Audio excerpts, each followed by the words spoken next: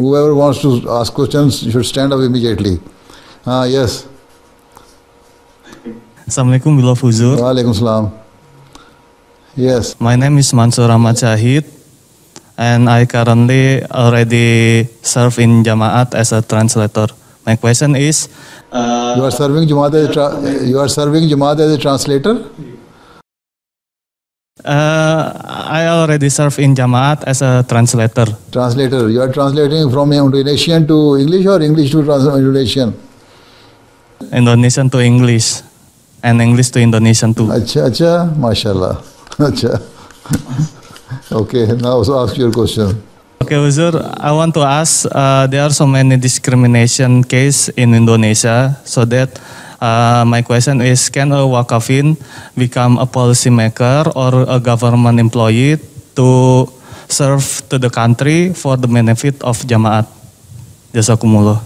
Discrimination cases in Indonesia with regards to Jamaat or in general? In general, especially in religious matters. So discrimination. So do you mean that should Waqf-e-Nau come into this politics and other positions to fight against this discrimination? Right? Yes. Yes, of course. Yes. I have asked you that even those Waqf-e-Nau who are not directly serving the Jamaat, who are not going to Jamia Ahmadiyya, or not those who are not interested in doing medicine and not serving in the Jamaat's hospital, they can go into the public service.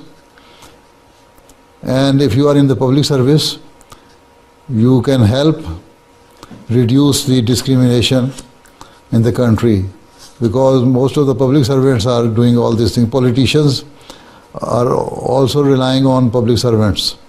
So if your public service people, government servants are good enough to do their job honestly, then they will reduce discrimination. And if Waqf-e-Nau and Ahmadi boys even are serving in the public service, they can help reduce discrimination in the society. Yes?